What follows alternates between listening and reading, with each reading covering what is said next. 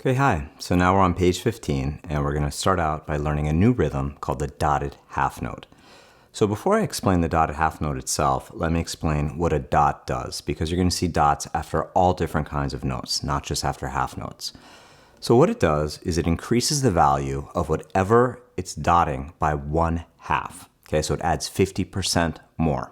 So imagine if you're working overtime at a job and you get time and a half. That's what the dot does. So let's look at the half note now, because half notes get 2 beats normally, right? Those beats are quarter notes, which we're going to learn on the B string. Half of 2 is 1, and then you add them together. 2 plus 1 is 3. So a dotted half note receives 3 beats. Now, just as an example, the whole note, if you dotted a whole note, it would receive 6 beats, because 4 beats plus half of 4 is 2, 4 plus 2 is 6. So a dotted whole note would get 6. But our next piece is going to use nothing but dotted half notes, so 3 beats. So the next thing is 3/4 time. Remember, the top number of a time signature means how many beats per measure, and the bottom number is what kind of beats are those, what kind of note values receive each one of those pulses or those beats. So 3/4 is 3 quarter notes per measure. Again, I know we haven't learned the quarter note yet. That's what we've been counting all along, whether we're counting 1, 2, 1, 2 in half notes, or 1, 2, 3, 4 in whole notes. Those are quarter notes. We're going to learn those on the B string. 3/4 time is just 3/4 time, okay? So there's 3 beats per measure. There's not 4. You couldn't fit a whole note in there. 3/4 feels different than 4/4. There's a lot of different styles in 3/4. So let me just give you a couple examples just so you can feel it. Again, try when you're driving around, listening to the radio, try to hear measures if you can. Try to hear meter. So count. Try to hear, is something in 4/4? Is it in 3/4? Is it in something else? Generally, it's going to be in 4/4, but let me give you a couple examples. So the waltz would be 1, 2, 3, 1, 2, 3.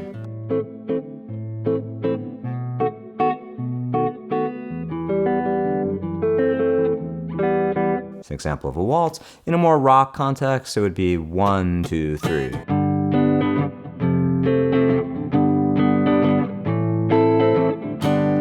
All right, so it has a different feel. It doesn't feel quite as even as 4/4. It has this kind of circular motion, which is partially why I call the next piece orbits. Let's look on the bottom of the page. And the next thing I want to introduce is called the fermata.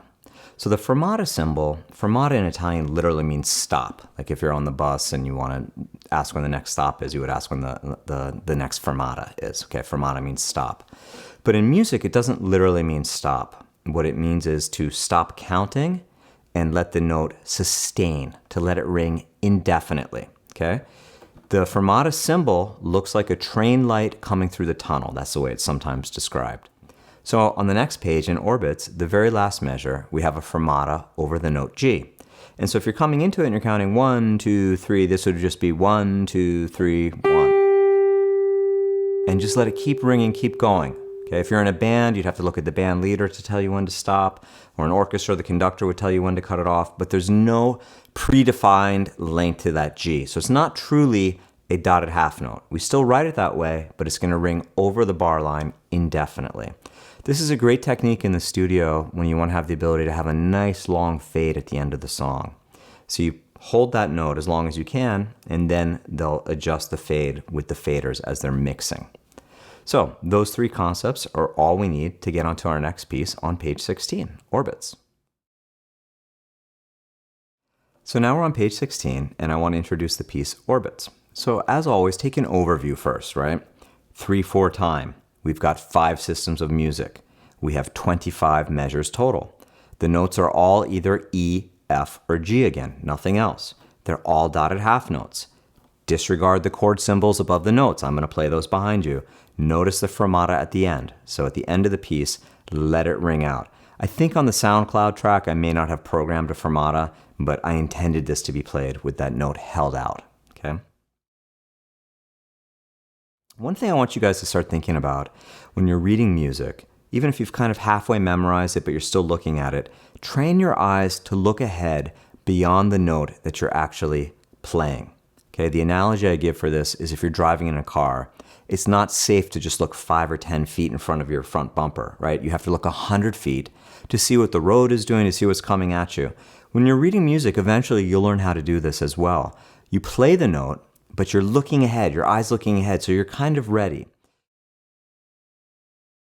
So as a beginner, if you don't hold the note down for the full 3 beats, that's okay. If you lift up a little bit early so that you're there right on beat 1. What you don't want to do is count 1, 2, 3, and then shift. Let me show you what I mean. You don't want to go, this isn't playing musically. If you go 1, 2, 3, 1, 2, 3, 1, 2, 3. That's not musical, okay? It's much better to slow it down and go 1, 2, 3, 1, 2, 3, without a pause, 2, 3, 1, 2, 3. No pause, right? Another thing I want you to think about as you're reading this is remember that concept from technique exercise 1, where we left our first finger down when we went F, G, F, G, right? You don't lift up. That's going to happen a lot here. So hold the F down if you're going F to G, back to F, okay? Don't go F, 2, 3, G, 2, 3, F, 2. There's no point. Just go 2, 3, 1. See, my F is still down. So that's a useful skill for this piece as well.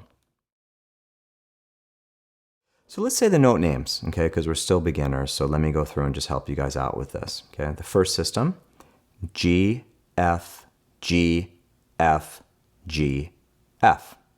Second system, F, G, G, F, E, F. Third system, E, F, G, F, E, F. Fourth system, F, G, G, F, E, F. And the very last system with the fermata, just G. So I think the SoundCloud I recorded at about 140 beats per minute. I'm going to play a little slower for you here. I'll play it about 125, okay? So first, if you can't keep up, play it with your metronome. Set it at 70, 80, wherever. Set it for 3/4 also, okay? So you'll hear that different beat on beat 1. So it denotes where the measures fall, where the beginning of the measure is. 1, 2, 3, 1, 2, 3.